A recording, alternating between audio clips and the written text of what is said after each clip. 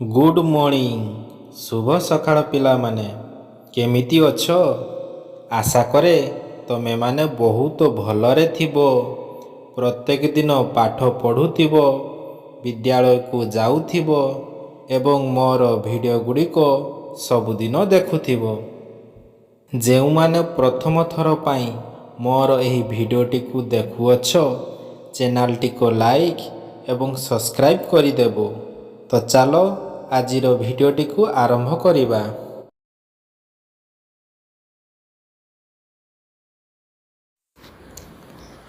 ତୃତୀୟ ଅଧ୍ୟାୟ, ଖାଦ୍ୟ ଉତ୍ପାଦନ ଓ ଅନ୍ୟାନ୍ୟ କ୍ଷେତ୍ରରେ କାର୍ଯ୍ୟରତ କର୍ମଜୀବୀ। ତଳ କୋଠରୀରେ ତୁମେ ଦେଖିଥିବା ରାସ୍ତା ତିଆରି କାର୍ଯ୍ୟରେ ନିୟୋଜିତ ହୋଇଥିବା କେତେକ କର୍ମଜୀବୀଙ୍କ କାମଗୁଡ଼ିକ ଲେଖ। ରାସ୍ତା କାର୍ଯ୍ୟରେ ନିୟୋଜିତ କର୍ମଜୀବୀ। ରାସ୍ତା ତିଆରି ବେଳେ ତାଙ୍କର କାର୍ଯ୍ୟ। ଶ୍ରମିକ। ଶ୍ରମିକମାନେ ରାସ୍ତାରେ ବାଲି, ମାଟି, ଚିପ୍ସ, ସିମେଣ୍ଟ, ପିଚୁ ଇତ୍ୟାଦି ପକାଇଥାନ୍ତି। ବେଳେବେଳେ ପାଣି ମଧ୍ୟ ପକାଇଥାନ୍ତି। ଠିକାଦାର। ଠିକାଦାର ରାସ୍ତା ତିଆରି କରିବା ପାଇଁ ସରକାରଙ୍କ ଠାରୁ ରାସ୍ତା କାମର ଠିକା ନେଇ ଆବଶ୍ୟକ ସାମଗ୍ରୀ ସହ ରାସ୍ତାର କାମ କରିଥାନ୍ତି। ଯନ୍ତ୍ରୀ। ରାସ୍ତାର ନିର୍ମାଣ କାର୍ଯ୍ୟ ଠିକ୍ ଠାକ୍ ହେଉଛି କି ନାହିଁ ତାହା ତଦାରଖ କରନ୍ତି। ଆମେ ବସ୍ରେ ଯିବା ଆସିବା କଲାବେଳେ ବିଭିନ୍ନ କର୍ମଚାରୀ କାମ କରିବାର ଲକ୍ଷ୍ୟ କରିଥାଉ। ବସ୍ରେ କେଉଁ କର୍ମଚାରୀ କେଉଁ କାମ କରନ୍ତି ତଳ କୋଠରୀରେ ଲେଖ। କର୍ମଚାରୀଙ୍କ କାର୍ଯ୍ୟ। କେଉଁ କର୍ମଚାରୀ ସେ କାର୍ଯ୍ୟ କରିଥାନ୍ତି? ଗାଡ଼ି ଚଳାଇବା, ଡ୍ରାଇଭର।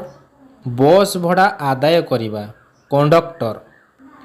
ଗାଡ଼ିକୁ ଜିନିଷପତ୍ର ଉଠାଇବା ଓ ଲୋକଙ୍କୁ ସାହାଯ୍ୟ କରିବା କାର୍ଯ୍ୟ, ହେଲ୍ପର।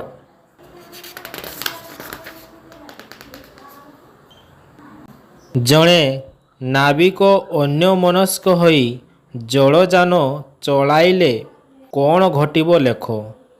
ଜଳଜାହାଜର ନାବିକ ଅନ୍ୟମନସ୍କ ହୋଇ ଜାହାଜ ଚଳାଇଲେ ଜାହାଜ ତା'ର ଗତିପଥରେ ନ ଯାଇ ଅନ୍ୟ ଏକ ଗତିପଥରେ ଗତି କରିବାକୁ ଲାଗିବ। ଜାହାଜଟି ଦିଗହରା ହୋଇ ଗତି କରିବା ସମୟରେ ସମୁଦ୍ରରେ ବୁଡ଼ି ରହିଥିବା ପାହାଡ଼ ସହିତ ବାଜି ଧକ୍କା ହେବ ଓ ବହୁ କ୍ଷୟକ୍ଷତି ହେବ। ଜାହାଜଟି ନିଜର ପଥ ଛାଡ଼ି ଅନ୍ୟ ପଥରେ ଗତି କଲେ ଲକ୍ଷ୍ୟସ୍ଥଳରେ ପହଞ୍ଚିବାରେ ବିଳମ୍ବ ଘଟିବ। ଜାହାଜଟି ନିର୍ଦ୍ଦିଷ୍ଟ ଦିନ ଭିତରେ ନିର୍ଦ୍ଦିଷ୍ଟ ସମୟରେ ପହଞ୍ଚିବାରେ ବିଳମ୍ବ ହେଲେ ଜାହାଜରେ ଖାଦ୍ୟ ଓ ଅନ୍ୟାନ୍ୟ ଆବଶ୍ୟକ ଜିନିଷର ଅଭାବ ଘଟିବ।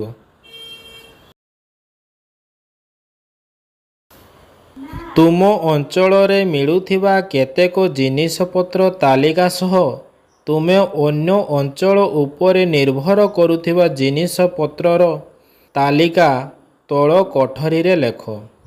ତୁମ ଅଞ୍ଚଳରେ ମିଳୁଥିବା କେତେକ ଜିନିଷପତ୍ରର ତାଲିକା।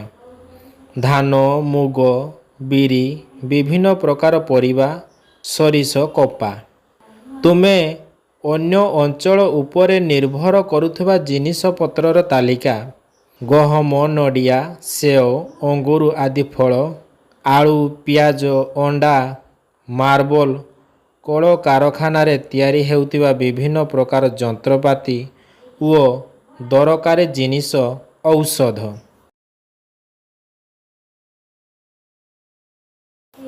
ବନ୍ଦନୀ ମଧ୍ୟରୁ ଉପଯୁକ୍ତ ଶବ୍ଦ ବାଛି ଶୂନ୍ୟସ୍ଥାନ ପୂରଣ କର। ଡ୍ୟାସ୍ ବସ୍ର ମରାମତି କରନ୍ତି, ମେକାନିକ୍। ଖ. ଲଞ୍ଚ ଷ୍ଟିମର ଡ୍ୟାସ୍ ପଥରେ ଯାତାୟାତ କରେ, ଜଳପଥ। ଗ. ଉଡ଼ାଜାହାଜର ଚାଳକଙ୍କୁ ଡ୍ୟାସ୍ କୁହାଯାଏ, ପାଇଲଟ। ଘ. ଡ୍ୟାସ୍ ରାସ୍ତାରେ ଯାନବାହନ ନିୟନ୍ତ୍ରଣ କରିଥାଏ, ଟ୍ରାଫିକ୍ ପୋଲିସ।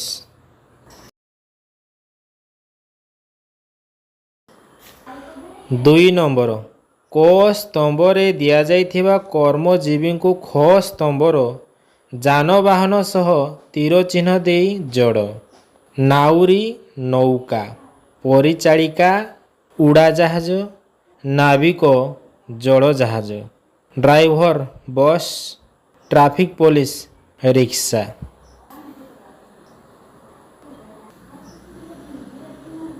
3 ନମ୍ବର କିଏ କେଉଁଠାରେ କି କାମ କରନ୍ତି?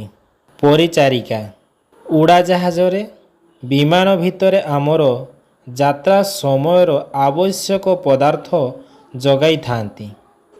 ହେଲ୍ପର କେଉଁଠାରେ କାମ କରନ୍ତି? ବସ୍ରେ। କ'ଣ କାମ କରନ୍ତି? ଗାଡ଼ିକୁ ଜିନିଷପତ୍ର ଉଠାନ୍ତି ଓ ଲୋକଙ୍କୁ ସାହାଯ୍ୟ କରନ୍ତି। ଗାଡ଼ି ରହିବା ଓ ଛାଡ଼ିବାର ସଂକେତ ଦିଅନ୍ତି।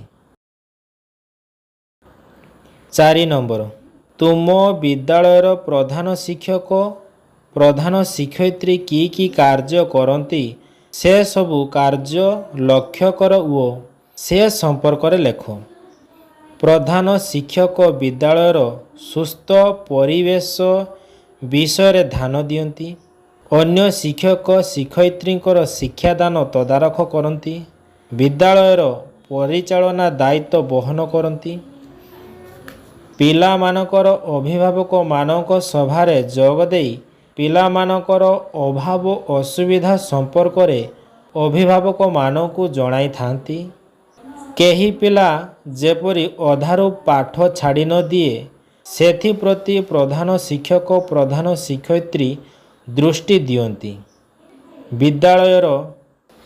ବିଦ୍ୟାଳୟ ଗୃହର ମରାମତି ସହିତ ମଧ୍ୟାହ୍ନ ଭୋଜନ ତଦାରଖ କରନ୍ତି।